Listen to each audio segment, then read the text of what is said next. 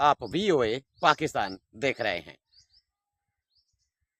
दो तीन अहम तरीन खबरें हैं, ब्रेकिंग न्यूज़ हैं, जो आगे मैं आपसे शेयर करूंगा। मेरी आपसे रिक्वेस्ट कि मेरे चैनल को लाइक करें, सब्सक्राइब करें और कमेंट सेक्शन में अपनी राय का इजहार ज़रूर करें। सबसे पहले आपको मैं बताता चलूं, ये बहुत ही बड़ी ब्रेकिंग न्यूज़ है कि यमन ने इसराइल पर दोबारा मिसाइल दाग दिया है। यमन ने इसराइल पर दोबारा, ये ब्रेकिंग न्यूज़ है, यमन ने इसराइल पर दोबारा मिसाइल दाग दिया है।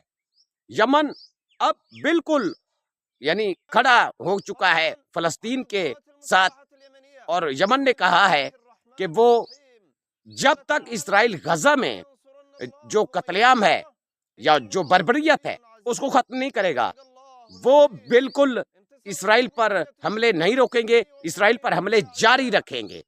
आप अंदाजा करें कि जितनी भी ये मिसाइल यमन से जा रहे हैं, भले बेन गोरियन एयरपोर्ट हो या दूसरी साइड हो, तो वहां जो थर्ड सिस्टम है, एरो है, डेविड स्लिंग है, ये तमाम जो है वो फेल होते हैं और मिसाइल टारगेट पर लग जाता है। यमन अब डट कर खड़ा है गजा के साथ। उन्होंने वाज़े तौर पर कहा है कि अगर किसी किस्म की इसराइल की जानिब से, अमेरिका की जानिब से यमन पर अटैक की कोशिश की गई तो जो है समंदर से फिर अमेरिका को और इसराइल को बिल्कुल उनका जीना हराम कर देंगे। यमन ने अब जो मिसाइल दागा है, ये बहुत बड़ा यानी मिसाइल दागा है यमन ने। ये ब्रेकिंग न्यूज़ थी जो मैंने आप तक शेयर की है। इसके बाद दूसरी अहम तरीन खबर, आपको पता है कि मैं आपके लिए अहम तरीन खबरें लेके आता हूं और ये ताज़ा तरीन ब्रेकिंग न्यूज़ होती है। मैं आगे और भी आपको ब्रेकिंग न्यूज़ दूंगा, आप जुड़े रहिए मेरे साथ। एक और ब्रेकिंग न्यूज़ है, चाइना ने 6th जनरेशन फाइटर जेट मैदान में उतार दिया है। जहां दुनिया सोच रही है यानी 5th जनरेशन के बारे में, 6th जनरेशन, माफ कीजिएगा, 6th जनरेशन वार यानी फाइटर जेट जो है वो मैदान में उतार दिया। ये 3 इंजन वाला फाइटर जेट है। चाइना ने ये बड़ी यानी हैरान कर दिया है दुनिया को। ये चाइना ने 6th जनरेशन का जंगी त्यारा जो है वो बना लिया है, तैयार कर लिया है। ये अहम तरीन खबर है। और इसके बाद एक और अहम तरीन खबर आपको बताता चलूं कि नेक्स्ट ईरान इसराइल जितनी कॉन्फ्लिक्ट है आप जानते हैं, यानी जितनी टेंशन है इनके दोनों के दरमियान आप जानते हैं। अमेरिकी सदर डोनाल्ड ट्रंप, आप अंदाजा करें कि ये कैसा शख्स है, कोई भी इसके बारे में कुछ भी यानी नहीं कह सकता कि ये नेक्स्ट टाइम क्या करने जा रहा है। अब जब आपको पता है कि ईरान पर अटैक हुआ तो डोनाल्ड ट्रंप ने फखरिया अंदाज में कहा कि उसने ईरान की न्यूक्लियर साइट जो है वो तबाह की है। तो अब क्या कह रहे हैं, अब यानी डोनाल्ड ट्रंप फिर कह रहे हैं कि नेतन्याहू अमेरिका पहुंच रहे हैं और ईरान दोबारा न्यूक्लियर वेपन बनाने की जानिब जा रहा है, यानी एटमी हथियार, एटम बम बनाने की तरफ जा रहा है। तो इसके लिए वो दोबारा अटैक यानी सोच रहे हैं ईरान पर। ईरान पर अटैक तो बिल्कुल तैयार है।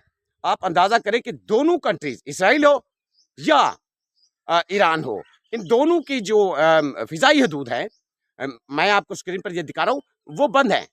तो ये खतरा तो खड़ा है। इसके साथ साथ रशिया ने भी वार्न कर दिया है। रशिया बिल्कुल जो अब खबरें आ रही हैं कि Su-35 जो जंगी फाइटर है वो ईरान को देने जा रहा है, और चाइना भी J-10C जो फाइटर है उन ईरान को देने जा रहा है। ये जोड़ के खड़े हैं ईरान के साथ। लेकिन नेक्स्ट प्लान अमेरिका और इसराइल का क्या है, ये बताने वाला हूं। नेक्स्ट प्लान इसराइल और अमेरिका का ये है कि टर्की को नेटो से कैसे निकाला जाए। ये बड़ी खबर दे रहा हूं। ये इस वक्त बड़ी खबर है क्योंकि आपने देखा कि कुछ माह पहले शाम में क्या हुआ। शाम में जोलानी अहमद अल ज़रा की जैसे उन्होंने कब्जा किया, शाम में वो तख्त पर आए, तो उसके बाद जो पहले बिशारुल असद थे, वो उनको जो सपोर्ट थी वो रशिया की थी। उनके यानी सपोर्ट खत्म होने के बाद उनका तख्त गया, वो रशिया भाग गए। तो उसके बाद जोलानी आ गए। जोलानी के आने के बाद अमेरिका से तो जो मामला हैं जोलानी के, लेकिन इसराइल के साथ, नेतन्याहू के साथ खासकर, वो बेहतर नहीं है।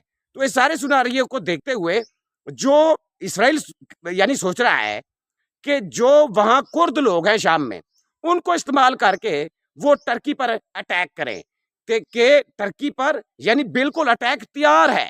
यूं कहें, ये बिल्कुल मामला खत्म होने वाला नहीं है। यानी तुर्की उनकी लिस्ट में आ चुका है, इसराइल और अमेरिका की लिस्ट में आ चुका है। हाँ, तैयब एर्दोगान का ताल्लुक है ट्रंप से या अमेरिका से, वो आस लगा के बैठे हैं कि उन्हें जो है F-35 फाइटर अमेरिका देगा। ये तो आने वाले वक्त में पता चलेगा, लेकिन इसराइल की नजर टर्की पर जरूर है, और टर्की और इसराइल के दरमियान ये आने वाले दिनों में आप देखिएगा कि मामला इंतहाई कशीदा और खराब होते हुए दिखाई देंगे, क्योंकि इसराइल ने तहैया किया हुआ है कि पुराने बदले टर्की से लेने हैं, उन्होंने कुस्तम दुनिया हासिल करनी है। तो इस सिलसिले में अब टर्की पर भी नजर है इसराइल की।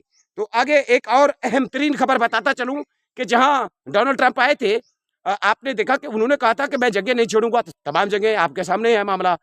अब क्या हुआ है, चाइना को एंगेज रखने के लिए, ये बहुत बड़ी ब्रेकिंग न्यूज दे रहा हूं, चाइना को एंगेज रखने के लिए, काबू करने के लिए ताइवान को अमेरिका ने एंटी शिप मिसाइल देने का फैसला किया, यानी देने जा रहा है अमेरिका।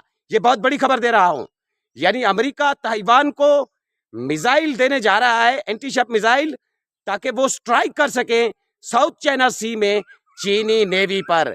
यह बहुत बड़ी ब्रेकिंग न्यूज है, ये अब तक की सबसे बड़ी ब्रेकिंग न्यूज है कि चाइना को यानी परेशान करने के लिए, फंसाने के लिए, ट्रैप करने के लिए, काबू करने के लिए ताइवान की तरफ जो ये लिस्ट इनकी थी, उस लिस्ट में ताइवान भी शामिल था। ये जो लिस्ट बना के बैठे हैं इसराइल और अमेरिका, तो अब अमेरिका एंटी शिप मिसाइल देने जा रहा है ताइवान को, ताकि वो स्ट्राइक कर सके साउथ चाइना सी में चीन की नेवी पर। यह बहुत बड़ी ब्रेकिंग न्यूज है।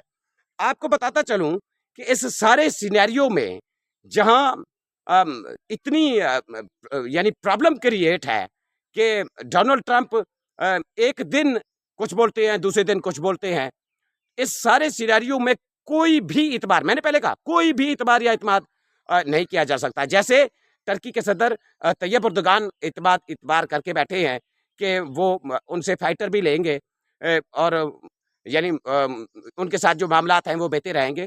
कुछ भी नहीं कहा जा सकता, क्योंकि जहां यूरोप, ये भी खबर है, ये बड़ी खबर है कि यूरोप इसराइल के खिलाफ खड़ा है इंसानी हकूक के हवाले से, वो पाबंदियां लगाने के लिए भी खड़ा है, लेकिन दूसरी तरफ उनकी सपोर्ट भी जारी रख सकते हैं, क्योंकि नेटो कंट्रीज आर्टिकल 5 के तहत, मेरे ख्याल में अगर मैं भूल ना रहा हूं तो उसके मुताबिक वो पाबंद हैं कि वो इसराइल का दिफा करेंगे, हर सूरत दिफा करेंगे। आप इससे अंदाजा कर सकते हैं कि मामलात आने वाले दिनों में कितनी खराब होते हुए दिखाई दे रहे हैं, क्योंकि अमेरिका, इसराइल यहाँ रुकने वाले नहीं है। उन्होंने पहले खामनाई को मारना है, फिर उनकी एटमी तनसीबात खत्म करनी है, यानी ईरान में अपना पपट बिठाना है, उसके बाद टर्की का नंबर लगा हुआ है, और बारी बारी सारे कंट्रीज का नंबर वो लगा के बैठे हैं। आखिरकार ताइवान पे भी छेड़खानी करनी है, तो ताइवान को अब उन्होंने मिसाइल देना भी शुरू कर दिए हैं। ये आप देखें कि इनकी ये चाल कि जहां दुनिया अब इल्ज़ाम लगाया जा रहा है कि वो ईरान जो है दोबारा, ट्रंप कह रहे हैं कि बनाने जा रहा है एटमी हथियार, तो IAEA के जो लोग हैं उनसे भी कॉपरेट नहीं कर रहा। वो कैसे करे जब वो मुसाद के लिए काम करते हैं? ईरान कहता है कि वो सारी इंफॉर्मेशन जो है वो मुसाद इसराइल को फराहम करते हैं। तो जहां IAEA को यहाँ ईरान में नजर आता है कि यहाँ न्यूक्लियर वेपन या एटमी जो यानी बम है वो बनाया जा रहा है, तो जो डोमेन इसराइल का है वहां उसको नजर भी नहीं जाती, किसी को नजर भी नहीं जाती किसी की। तो आप इससे भी अंदाजा कर सकते हैं कि आने वाले दिनों में बहुत कुछ होने वाला है। दाद है इस शख्स की, ये भी आपको बताता चलूं, दाद है इस शख्स की, दुनिया के ताकतवर फाइटर, जबरदस्त बमबारी और जबरदस्त इंटेलिजेंस, यानी मुसाद हो या CIA हो, तमाम को मात देते हुए आयतुल्लाह खामनाई जो है नमूदार हुए हैं, और उन्होंने जो है वो यौम आशूरा की मजालस में शिरकत की है। उसका जोश देखें, वलवला देखें, उसका इस्तकबाल देखें। ये वीडियो में मैं आपको दिखा रहा हूँ कि किसी किस्म की उनके चेहरे पर यानी खौफ नहीं है। वह शख्स है जो डट के ताकतों के यानी इन आलमी ताकतों के खिलाफ लड़ रहा है, अकेला लड़ रहा है। तो कहते हैं ना कि मारने वाले से खुदा बचाने वाला बड़ा है। तो